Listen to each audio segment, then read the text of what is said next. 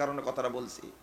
Doctor Yunus সাহেব ডেকেছিলেন ধর্মীয় ইসলামিক সংগঠনের ব্যক্তিদেরকে, বুঝছেন, সেখানে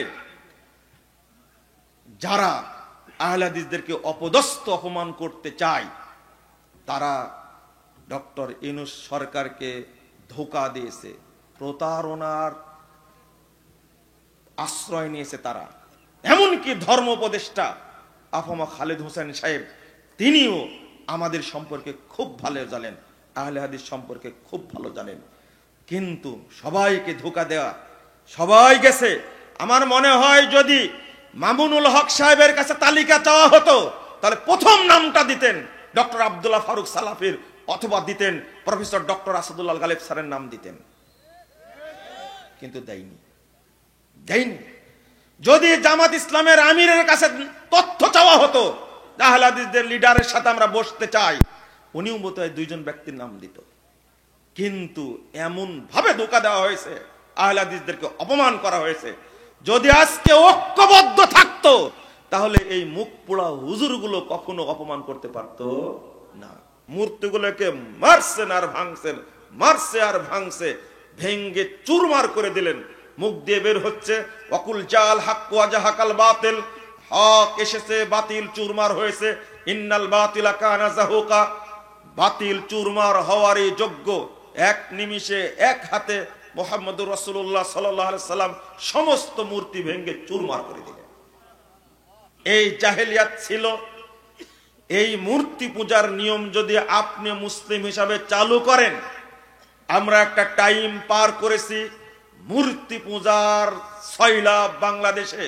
পদ্মা সেতুর দুই পার্শ্বে দুই মূর্তি তৈরি করতে খরচ করেছিল 117 কোটি টাকা, মাত্র 117 কোটি টাকা খরচ করেছে। সারা দেশে মূর্তি আর মূর্তি। 5 আগস্টের পরে মাত্র 2 ঘন্টার মধ্যে সারা দেশের মূর্তি, শেখ মুজিবের মূর্তি ভেঙ্গে চুরমার করে দিয়েছে, কিছু রাখেনি। বেটির পাপ বাপের উপরে উঠে গেছে, বেটিও শেষ, বাপও শেষ, একবার শেষ করে দিয়েছে। কিন্তু ছাত্র ভাইরা, তোমাদের প্রতি আমার আপত্তি থেকে গেছে। তোমাদের যদি তাওহীদের জ্ঞান থাকতো তাহলে শেখ মুজিবের মূর্তিকে সেজদা করে এরকম লোকের কথা আমি শুনিনি, তবে থাকতে পারে। কিন্তু বাংলাদেশে লক্ষ লক্ষ মাজার আছে, এই সমস্ত মাজারগুলোতে মানুষ সেজদা দেয়, মানুষ টাকা পয়সা দেয়, তাদের কাছে গিয়ে দোয়া করে। প্রতিদিন কোটি কোটি মুসলিমকে তারা মুশরিক বানাচ্ছে। আগে ভাঙ্গার দরকার ছিল মাজারগুলো, কিন্তু তোমরা ভাঙতে পারোনি। তবে একদিন ভাঙবা তোমরা। শোনেন, একটা শিক্ষা নেন আজকে, আজকে শিক্ষা নেন আপনারা। দুনিয়াবি স্বার্থে সবকিছুই করতে পারেন, দিনের স্বার্থ করতে পারবেন ইনশাআল্লাহ। আমি 2টা উদাহরণ দেব, চুপ করে শুনবেন। উদাহরণটা হলো, প্রচারণা চালালে এক সময় উপকার হয়। পিস টিভি বন্ধ করলো কেন? বন্ধ করেছে না পিস টিভি? আবার চালু হয়েছে, তাই না? আবার দেখছেন তো, 10 বছর চালু রাখতে দেন, 10 বছর চালু রাখতে দেন, দেখি যে মাজার তৈরি করেছে সে নিজেই মাজার ভেঙে দিবে ইনশাআল্লাহ। ও বুঝবে। আমি একটা কথা বলি, এই যে প্রচারণা চালাচ্ছি, আরে কে আসবে ভবিষ্যতে তা জানি না। ডক্টর ইউনূস সাহেব যতদিন আছেন ততদিন বলেনি, বুঝেননি কথা? ততদিন খালি বলেনি, বাকি জীবনে যা হয় হবে। জেল খাটছে, আরো খাটবে ইনশাআল্লাহ। সাইদি সাহেব যেহেতু চলেই গেছে, তাতে আর দুঃখ কি, তাই না? কথা বুঝেননি? অতএব বলেনি আগে। 16টা বছর যাবত মা জেলখানায় বন্দি, তারেক রহমান হলো লন্ডনে, সেখান থেকে প্রচারণা চালায় দুনিয়াবি স্বার্থে জাতিকে ঐক্যবদ্ধ করতে পেরেছে। কি করলেন? 7 জানুয়ারি নির্বাচনে ঢাকায় ছিলাম, দেখলাম যে নির্বাচনে মানুষ কত ভোট দিতে আসে। দেখলাম যে দেখছি কুত্তা ছাড়া কিছু নেই। এই থামেন, ঠিক বলেন না? আমি যেটা শিক্ষা নিতে বলছি আপনাদেরকে, কার কথা শুনে আপনারা নির্বাচন বর্জন করলেন? চিন্তা করেন। একজন আওয়ামী লীগের নেতা, আমাদের সাথে সবার সম্পর্ক, তাই না? বলছেন, এত সুন্দর স্বচ্ছ ভাষায় বলছে, ফ্রেশ গালি দেয়া বলছে, শোরে বাচ্চারা সারা বছর বিরিয়ানি খেয়েছে, আজকে ভোটটাও দিতে আসেনি। আমি বলি তৌবা তৌবা, কি বললেন এটা? বলছে এটাই সঠিক। শোনেন শোনেন, দুনিয়াবী উদ্দেশ্যে, রাজনৈতিক উদ্দেশ্যে যদি এত বড় ধাক্কা নিতে পারেন, তো এই বাংলাদেশে ইসলামের জন্য, দ্বীনের জন্য, জান্নাতের জন্য, জাহান্নাম থেকে মুক্তির জন্য, আল্লাহর সন্তুষ্টির জন্য, রাসূল সাল্লাল্লাহু আলাইহি ওয়াসাল্লাম অনুসরণের জন্য আপনারা কি করতে পারেন না? আমি এটাই বুঝাতে চাইলাম। কি ঐক্য মানুষের মধ্যে! চিন্তা করতে পারছেন, ভাবতে পারছেন? ঢাকার বুকে এতগুলো ভোট কেন্দ্র, মানুষ যায়নি ভোট দিতে। এমনি নির্বাচন করে মিথ্যুক বলছে কত পার্সেন্ট ভোট পড়ছে, গোপনে বলে ফেলেছে। আপনারা কি বুঝতে পারলেন কথা? ঐক্য কাকে বলে? একে বলে ঐক্য।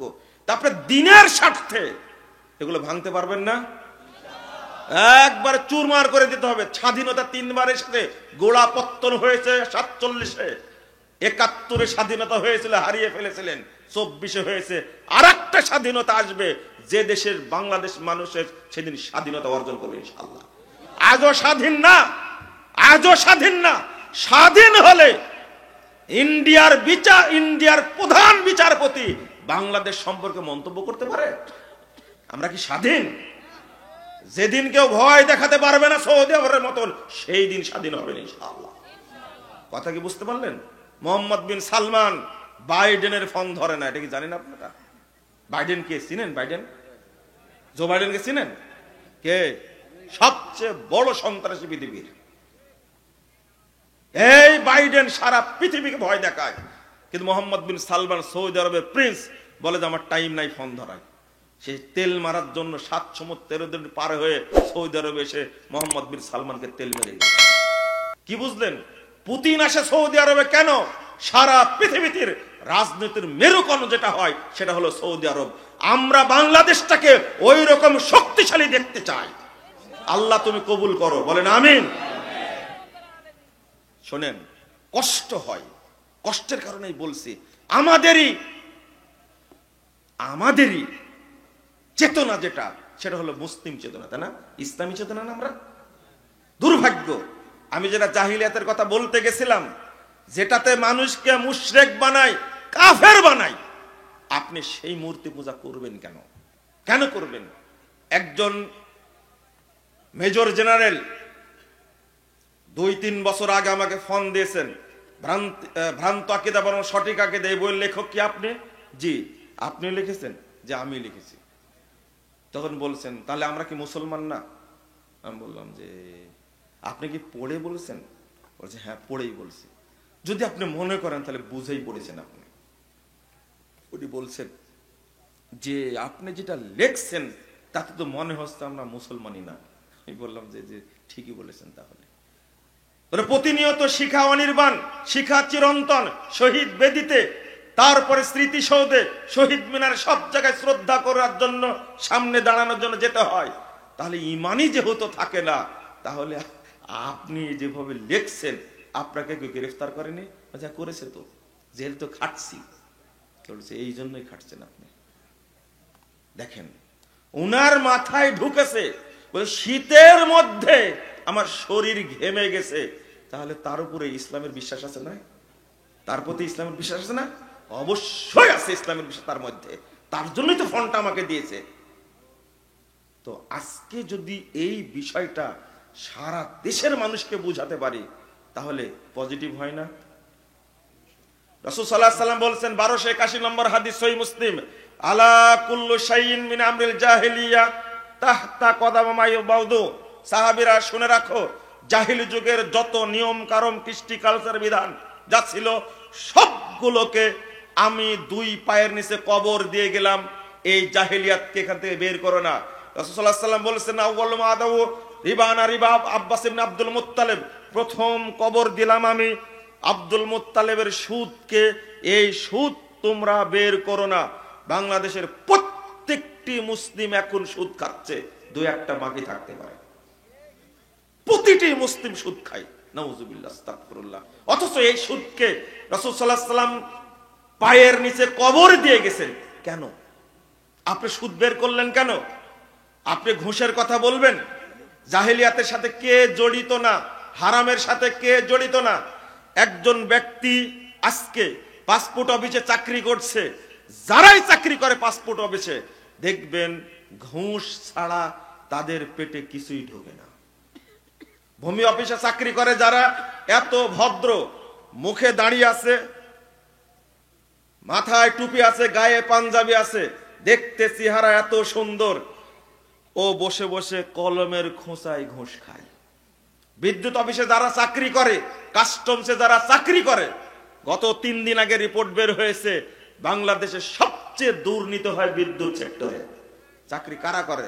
এরা মুসলমান না?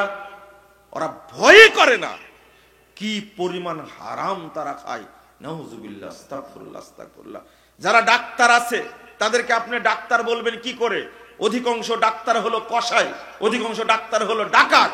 যারা ইঞ্জিনিয়ার আছে বাংলাদেশে, যারা ইঞ্জিনিয়ার আছে, যদি ভালো ইঞ্জিনিয়ার হতো এরা, তাহলে কোশ্চেন কালেও 3 বছরের রাস্তা 3 মাসে ধ্বংস হয়ে যেত না। শুধু একটা পদ্মা সেতুতে খরচ হওয়ার কথা মাত্র 10 থেকে 15,000 কোটি টাকা, সেখানে পদ্মা সেতুতে খরচ হয়েছে 50,000 কোটি টাকা। কোথায় রাখলো রে ভাই? এত টাকা কোথায় রাখলো? বুঝেননি কথা আপনারা? দুর্নীতি কি গরু ছাগলে করেছে? কারা করেছে? মানুষ করেনি। তওবা তওবা, আস্তাগফিরুল্লাহ। 1 জানুয়ারি বাংলাদেশ থেকে মাত্র এত কোটি টাকা চুরি করেছে। লন্ডনে তার বাড়ি আছে মাত্র 620টা। ওর লাগে কয়টা? ওর লাগে কয়টা? ও বাংলাদেশের সন্তান না? এরা কেউ বাংলাদেশের সন্তান না, সবগুলো কুসন্তান এরা। কেন? একটা মরিচের দাম 4 টাকা, আলুর কেজি 400 টাকা, মরিচের কেজি 1200 টাকা। বাংলাদেশের মানুষ খেতে পায় না।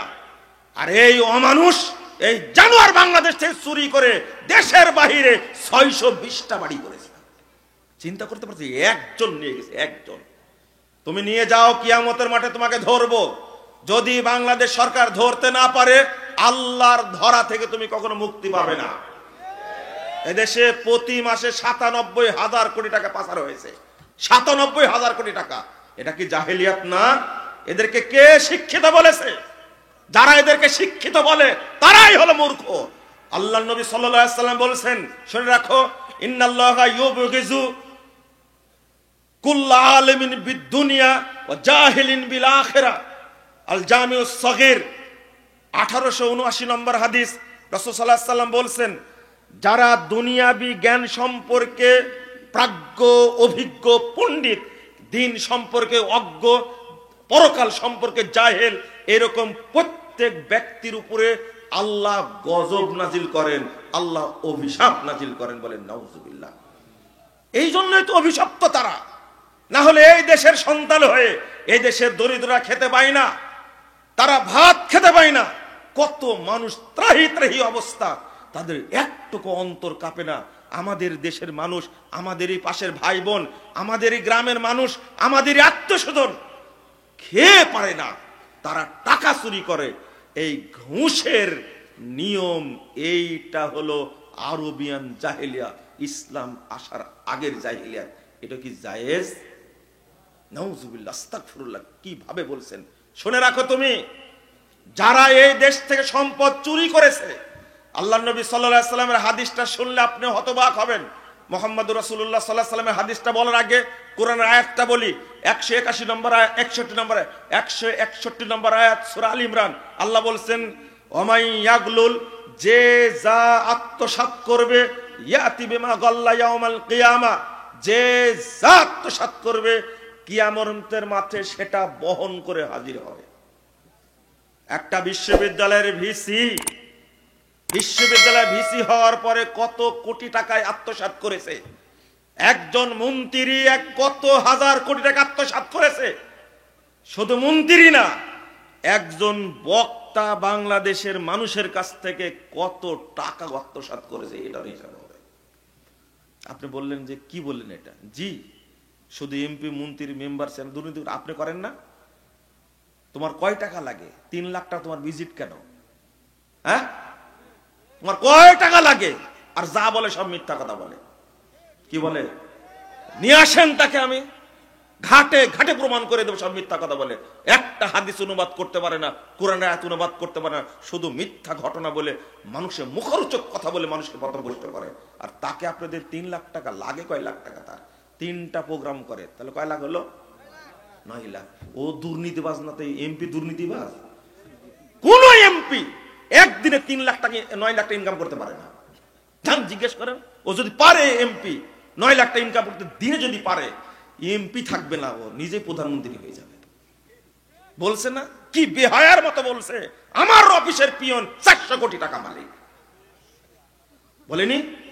আস্তাগফিরুল্লাহ, আস্তাগফিরুল্লাহ। এই দেশের কোন মানুষের রক্ত হালাল আছে এটা আমার বিশ্বাস হয় না, তবে থাকতে পারে, আমার জানা নাই। আর পুলিশ নামের যারা আছে বাংলাদেশে, এর একটা জাতি, এটা মানব জাতির বাহিরে, কিন্তু এটা মনে রাখবেন, এটা মানব জাতির বাহিরে, এরা মানব জাতির বাহিরে। জমশেদকে নিয়ে আসতে বলো। এরা হলো মানব জাতির বাহিরে। কেন বললাম? আচ্ছা ঠিক আছে,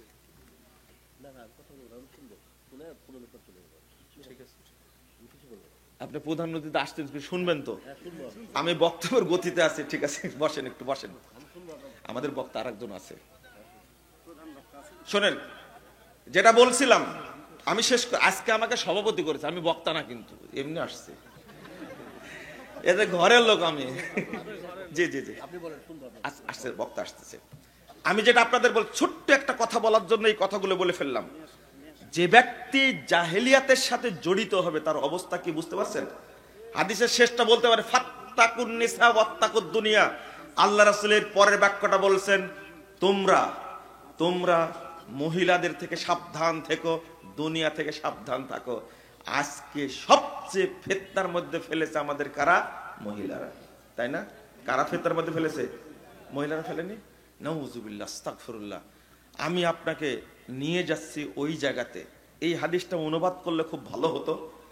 সহিহ মুসলিমের হাদিস 115 116 নম্বর হাদিস। রাসূল সাল্লাল্লাহু আলাইহি সাল্লাম খাইবারের যুদ্ধের জন্য দেখছেন বিভিন্ন ব্যক্তি কি শহীদ হয়েছেন। সাহাবীরা বলছেন ফুলানুন শহীদ, ফুলানুন শহীদ, ফুলানুন শহীদ, অমুক শহীদ, অমুক শহীদ, অমুক শহীদ।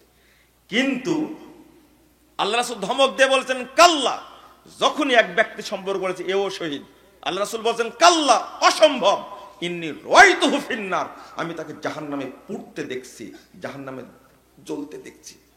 বিপুরদাতিন গাল্লাহা, সে একটা ছোট্ট চাদর আত্মসাৎ করেছিল, সেটার কারণে তাকে জাহান্নামে পোড়ানো হচ্ছে। পরের হাদিসটাতে এসেছে আল্লাহ রাসূল বলছেন ওয়াল্লাযী নাফসু মুহাম্মাদিন বিয়াদিহি, ওই সত্তার কসম করে বলছি যার হাতে মুহাম্মাদের প্রাণ আছে, তার কসম করে বলছি ইন্না হাযিহি শামলা লা তালতাহিবু আলাইহি নারা, ওই ছোট্ট চাদরটা তাকে জাহান্নামে পোড়ায়া পোড়ায়া তাকে অঙ্গার বানিয়ে দিচ্ছে। তখন কথা শুনে সাহাবীরা একটা ফিতা একটা সুতা নিয়ে এসে জমা দিচ্ছেন, এইভাবে দিচ্ছেন। আল্লাহ রাসূল আখাস্তু মিনাল গনাইম ক্বাবলা মাকসামিন, আমি এটা নিয়েছিলাম বন্টনের আগে, আল্লাহ রাসূল দিয়ে গেলাম। একটা চাদরের কারণে যদি এই হয়, আমি ফিতাটা দিয়ে গেলাম, সুতাটা দিয়ে গেলাম। আল্লাহ রাসূল ধরে বলছেন শিরাকুম মিনান নার ওয়া শিরাকান মিনান নার, একটা ফিতাও যদি তোমার কাছে থাকতো এটাই জাহান্নামে নিয়ে যেত, 2টা ফিতাও যদি থাকতো তবুও জাহান্নামে নিয়ে যেত। যদি এই হাদিসটা বাংলার মানুষকে বোঝানো যায়, বাংলাদেশে দুর্নীতি থাকবে না। একটা সুতা রে ভাই, একটা সুতা দেখে বলছেন আল্লাহ রাসূল, সহিহ মুসলিমের হাদিস, কেউ বাঁচতে পারবে না। আর আমার মাধ্যমে আপনার মাধ্যমে কি পরিমাণ দুর্নীতি হচ্ছে বাংলাদেশে কল্পনা করতে পারবেন না। রাসূল সাল্লাল্লাহু আলাইহি ওয়াসাল্লাম বলছেন যারা জেনায় লিপ্ত থাকে তাদের ঈমান থাকে না, যারা মিথ্যা কথা বলে তাদের ঈমান থাকে না, যারা চুরি করে তাদের ঈমান থাকে না। হাদিসটা পাবেন 6308 নম্বর হাদিস, সহিহ বুখারী।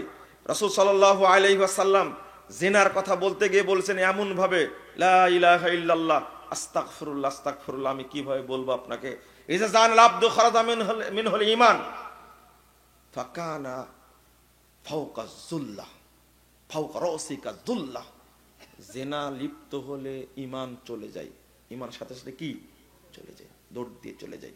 আল্লাহ রাসূল বলছেন তো আপনি যে জেনায় লিপ্ত, আপনার যে ঈমান নাই, সেটা একবারও আপনি খেয়াল করেননি। আল্লাহ রাসূল বলছেন কুতিবা আলা ইবনি আদম নাসিবু মিনাজ জিনা মুদরিকুন যালিকা মুহালা মাহালা, জিনা করবে আদম সন্তান। ফাইনানে জিনাহুম আন-নাজরু, দুই চোখের জিনা কি? দেখা। ওয়াল উযুনানে জিনাহুম আল-ইসতিমা, দুই কানের জিনা হলো কি? শোনা। High high. ওয়াল লিসানু জিনাহাল কালাম, মুখের জিনা হলো কথা বলা। আল্লাহ রাসূল বলছেন ওয়াল ইয়াদু জিনাহাল বাতশ, হাতের জেনা হলো স্পর্শ করা।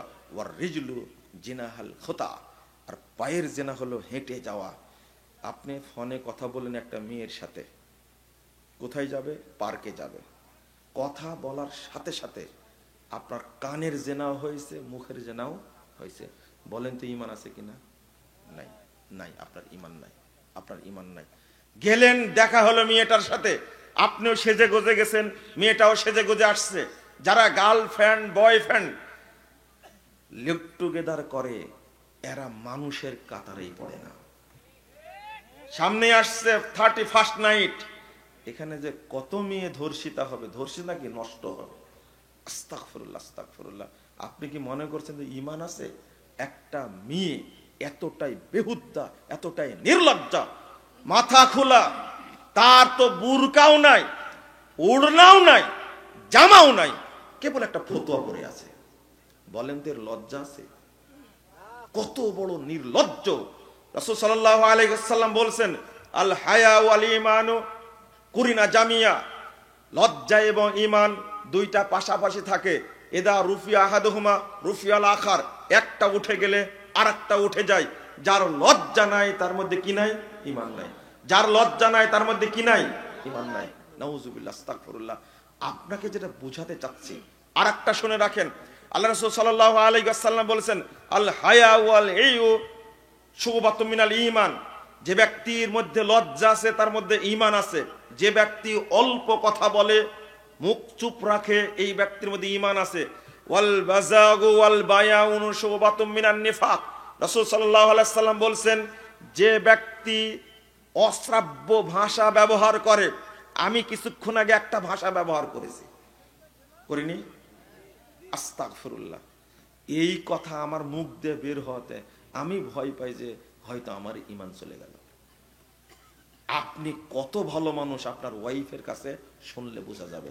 আপনি আপনার ওয়াইফকে সারাদিন গালি দেন, আপনি একটা বেঈমান, একটা এত নোংরা ভাষায় কথা বলেন। আপনি কত ভালো মানুষ, ড্রাইভারের সাথে কথা বললে বোঝা যায়। ড্রাইভার বলে যে স্যার, আমার স্যারের মতো খারাপ মুকালা স্যার একটাও নেই। তাহলে বুঝেন। আর আরেক সিনেমাল বক বক যারা করে, কি করে? ওল বায়ানু, যারা বক বক করে, বেশি কথা বলে, আবার বলে কি জানেন? ভাই আমি কথা একটু বেশি বলি। কত নির্লজ্জ বলেন। ও যে মুনাফিক, হিসাবই করে না, কিছু মনে করেন না, আমি একটু কথা বেশি বলি। কত কত গর্বের সাথে বলছে, কত বড় জাহেল, চিন্তা করতে পারছেন? ও যে মুনাফিক, আল্লাহর নবী বলছেন খবরদার বক বক করবেন না, বেশি কথা বলবেন না। আপনার আমার দিনী ভাই, যা বলছি মেনে নেবেন। বক বক করা কাকে বলে? যদি একদম রিটার্ড পারসন হারামখোর আপনার সাথে বাসে বসে বা ট্রেনে বসে, আপনার ঢাকা, রাজশাহী থেকে ঢাকা যেতে মনে হবে 6 বছর সময় লাগছে। এতই কথা বলে, বক বক করে, আপনি বুঝতেই পারবেন না মুনাফিক কাকে বলে। আল্লাহ রাসূল সাল্লাল্লাহু আলাইহি ওয়াসাল্লাম বলেন ইন্নাল মুমিনা ইয়ারা যুনুবাহু কান্নাহু কায়িদুন তাহতা জাবালিন ইয়াখাফু আন ইয়াকা আলাইহি। শুনেন, মুমিন ওই ব্যক্তি যে ব্যক্তি ভয় করে তার পাপকে এত বড় মনে করে, আমার মাথার উপরে বিশাল পাহাড়, যে কোনো সময় আল্লাহ ছেড়ে দিবেন। কথা কি বুঝতে পারছেন? এই ব্যক্তি মুমিন। এই ব্যক্তি মুমিন, যে ব্যক্তি ভয় করে আমার মাথার উপরে বিশাল পাহাড় আল্লাহ ছেড়ে দিবেন, আমি ধ্বংস হয়ে যাব, এর ব্যক্তির নাম কি? এই ব্যক্তির নাম কি? মুমিন। ওয়াইনাল ফাজির ইয়ারা যুনুবাহু কা দুবাবিন মাররা আলা আনফিহি। আল্লাহ রাসূল বলেন মুনাফিক ওই ব্যক্তি যে ব্যক্তি পাপকে পরোয়া করে না, পাপকে থোড়াই কেয়ার করে, পাপ করতে আছে করতে আছে করতে আছে, এই ব্যক্তি কি? মুনাফিক। আপনারা কি বুঝতে পারলেন কথাটা? না, আপনি বুঝেননি।